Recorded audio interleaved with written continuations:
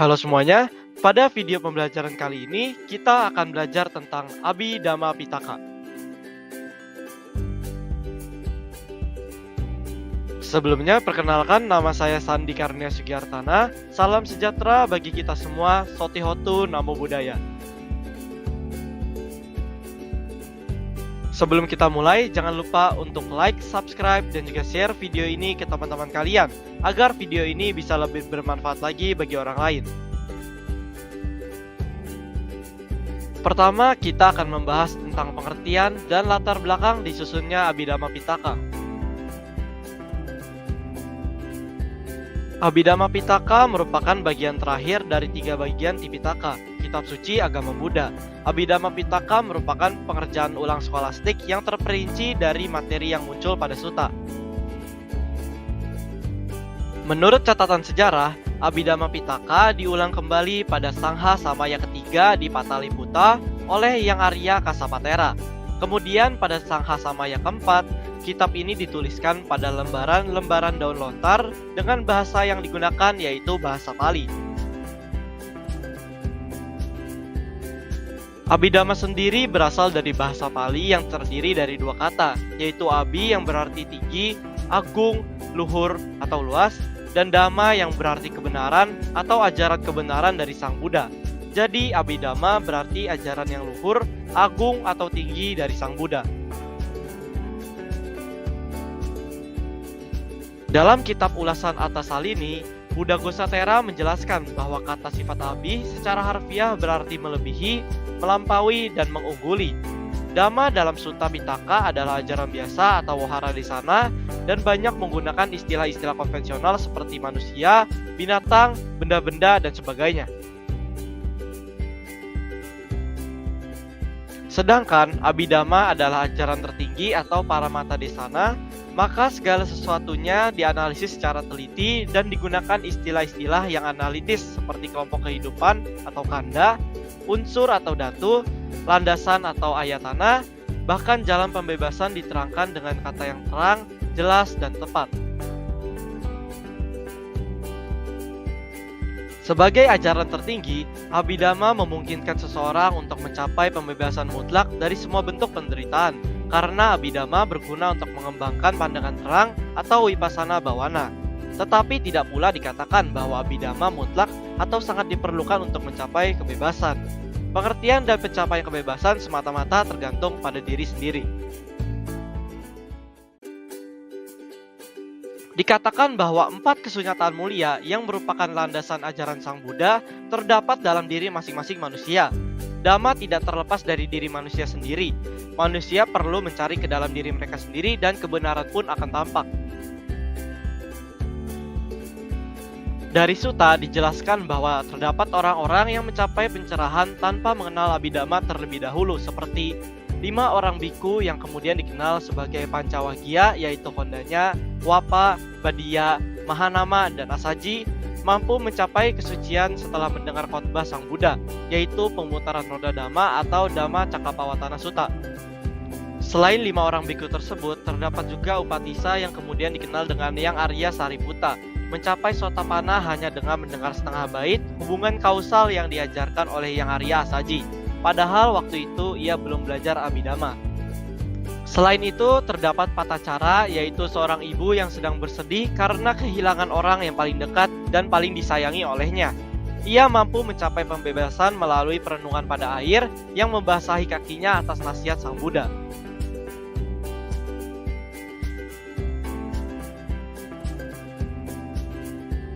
Terdapat juga Culapantaka, yaitu seorang yang tidak mampu menghafal sebait syair dalam waktu kurang lebih 1 wasa.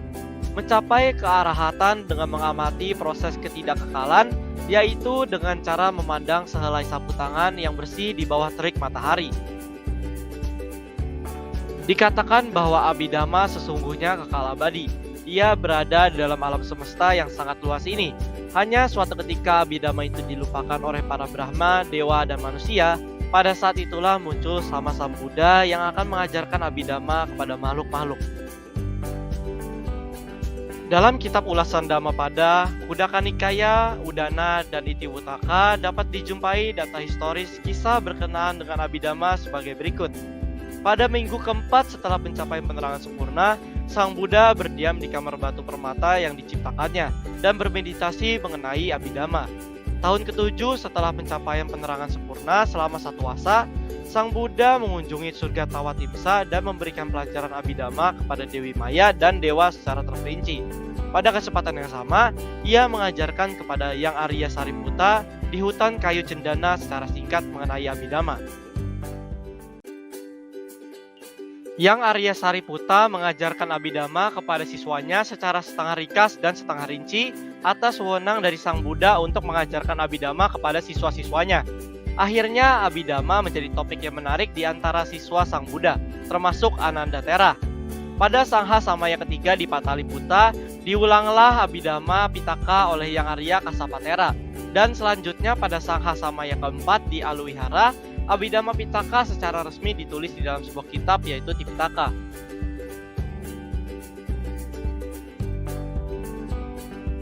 Selanjutnya kita akan membahas tentang bagian dari kitab Abhidhamma Pitaka. Abhidhamma Pitaka yang berisi uraian filsafat Buddha Dhamma yang disusun secara analitis dan mencakup berbagai bidang seperti ilmu jiwa, logika, etika, dan metafisika. Hal itu merupakan penyajian khusus tentang Dhamma seperti yang terdapat dalam Sutta Pitaka. Pada umumnya isinya terdapat dalam sutta-sutta, tetapi yang diuraikan dalam bagian ini adalah bentuk yang terperinci. Kitab ini terdiri atas 42.000 Dhammakanda atau pokok Dhamma yang terbagi menjadi 7 buah buku atau pakara, yaitu sebagai berikut. Yang pertama yaitu Dhamma Sanggani, perincian Dhamma-Dhamma yakni unsur-unsur atau proses-proses batin yang berisi tentang penggolongan fenomena. Yang kedua yaitu Wibhaga, perbedaan atau penetapan. Pendalaman mengenai soal-soal dalam Dhamma Sanggani dengan metode yang berbeda. Buku ini terbagi menjadi 8 bab atau Wibhaga dan masing-masing mempunyai 3 bagian. Yang ketiga yaitu Dhatu Kata, penjelasan mengenai unsur-unsur, yaitu mengenai unsur-unsur batin dan hubungannya dengan kategori lain.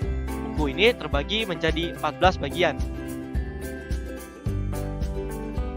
Yang keempat yaitu Pugalapanati, penjelasan mengenai orang-orang, terutama menurut tahap-tahap pencapaian mereka sepanjang jalan. Dikelompokkan menurut urutan bernomor dari kelompok 1 sampai 10, seperti sistem dalam kitab Anguttara Nikaya. Yang kelima yaitu Katawatu, pokok-pokok pembahasan yaitu pembebasan dan bukti-bukti kekeliruan dari berbagai sekte atau aliran-aliran tentang hal-hal yang berhubungan dengan teologi dan metafisika. Terdiri atas 23 bab yang merupakan kumpulan percakapan-percakapan atau kata. Yang keenam yaitu Yamaka, menguraikan pemaparan Paramata Dhamma secara berpasangan yang terdiri dari 10 bab. Dan yang ketujuh yaitu Patana atau kitab hubungan, yaitu analisis mengenai hubungan-hubungan tentang sebab-sebab dan sebagainya dari batin dan jasmani yang berkenaan dengan 24 pacaya atau kelompok sebab-sebab. Selanjutnya kita akan membahas tentang kitab Abhidhammata Sanggaha.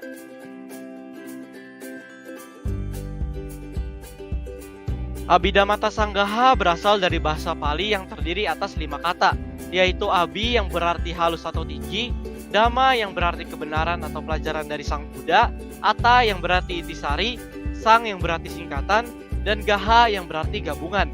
Jadi Abhidhammata Sanggaha berarti singkatan dari gabungan intisari Abhidhamma Pitaka.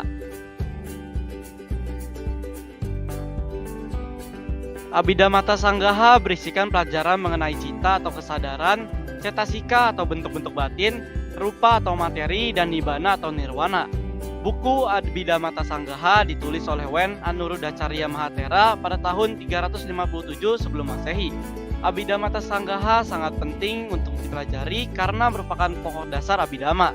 Umat Buddha yang ingin mempelajari Abhidhamma Pitaka untuk mendapatkan pengertian yang baik harus mempelajari Abhidhammata Sanggaha terlebih dahulu. Cita sendiri berasal dari kata citi yang berarti berpikir. Menurut Abhidhamma, cita berarti kesadaran akan suatu objek atau sesuatu yang sadar terhadap objek. Sinonimnya adalah ceta, citupada, nama, mana, dan winana. Istilah cita digunakan dalam hubungannya dengan berbagai tingkat kesadaran. Pada dasarnya tidak ada perbedaan antara batin dengan kesadaran. Cita atau kesadaran itu akan muncul dalam diri kita bila mana ada indera kita yang mencerap objek dari luar.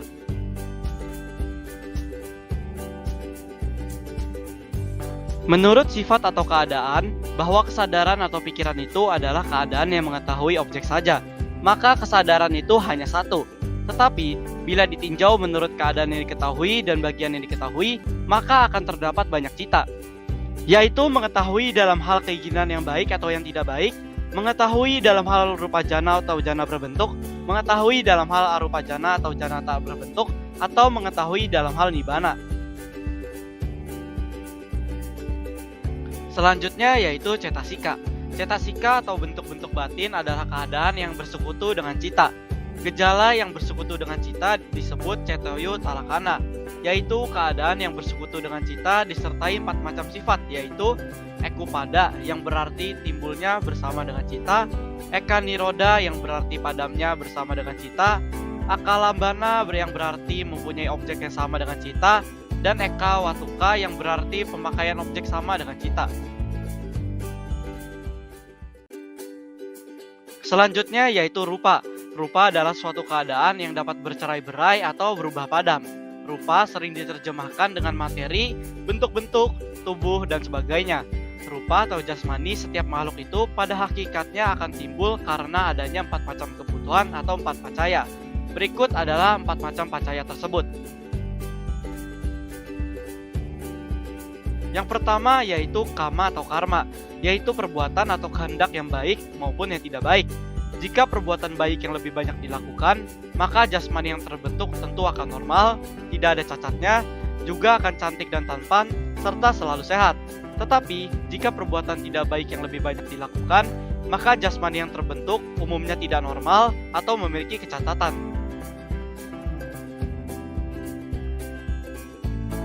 Yang kedua yaitu cita atau pikiran.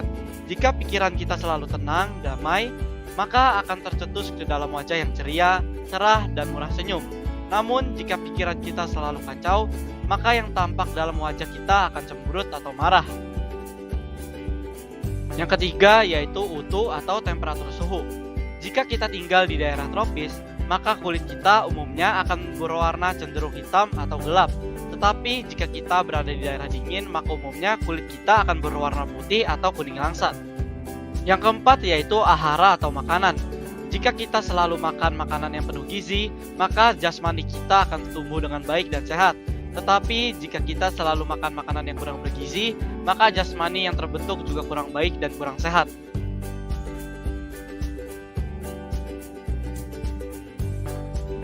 Selanjutnya yaitu nibbana. Kata nibbana berasal dari kata ni dan wana. Ni berarti tidak dan wana berarti menenun atau menginginkan, yang berfungsi sebagai tali untuk menghubungkan rangkaian kehidupan dari makhluk hidup dalam pengembarannya atau samsara. Selama seseorang terjerat keinginan atau kemelekatan, ia akan menumpuk kekuatan kama yang segar atau baru, yang harus diwujudkan dalam satu bentuk di dalam lingkaran kelahiran dan kematian yang tiada putusnya. Bila semua keinginan telah termusnahkan, kekuatan kama akan berhenti bekerja, dan seseorang dikatakan mencapai nibbana, terlepas dari lingkaran kelahiran dan kematian yang tiada putusnya. Kata nibbana juga dari kata ni dan wa yang berarti meniup. Dalam hal ini, nibbana berarti tertiup padamnya atau musnahnya api nafsu kebencian dan ketidaktahuan. Selanjutnya yaitu pengertian manusia menurut Abhidhamma Pitaka. Dalam kehidupan, setiap manusia selalu menginginkan hidup penuh kebahagiaan dan kepuasan dalam kebutuhan. Maka manusia mulai mencari dan melakukan segala cara agar kepuasan dapat tercapai tanpa memperdulikan bahwa cara yang dilakukan adalah cara yang salah atau tidak baik. Perbuatan inilah yang sering menimbulkan masalah, bahkan tanpa disadari telah melakukan kejahatan yang mengakibatkan kerugian dan penderitaan terhadap diri sendiri maupun orang lain. Manusia sendiri merupakan individu yang memiliki potensi yang tak terbatas, Tetapi sayangnya, potensi tersebut sering tidak dipergunakan oleh manusia itu sendiri. Selama manusia tak menyadari potensi yang dimilikinya, maka akan sulit untuk memenuhi tujuan utama umat Buddha, yaitu mencapai Nibbana. Selanjutnya yaitu posisi kitab suci Abhidhamma Pitaka sebagai bagian Tipitaka.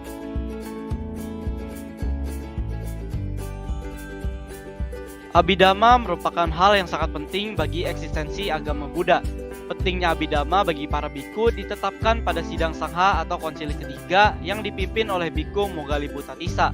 Dalam konsili ketiga, para arahat memutuskan Abhidhamma Pitaka sebagai bagian ketiga di dalam kitab suci Tipitaka. Penetapan tersebut didasarkan pada Abhidhamma sebagai ajaran tertinggi, memungkinkan seseorang untuk mencapai pembebasan mutlak dari semua bentuk penderitaan, karena Abhidhamma berguna untuk mengembangkan pandangan terang atau Vipassana Bhavana.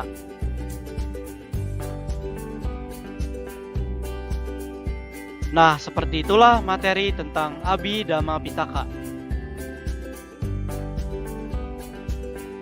Demikian materi yang dapat saya sampaikan. Semoga materi ini dapat bermanfaat bagi kita semua. Saya Sandi Karunia Sugiartana pamit undur diri. Apabila terdapat kesalahan baik dalam ucapan maupun tutur kata, mohon dimaafkan. Dan terima kasih bagi yang sudah menonton video ini. Sabe Sata Bhavantu Sukhitata. Semoga semua makhluk hidup berbahagia. Sampai jumpa.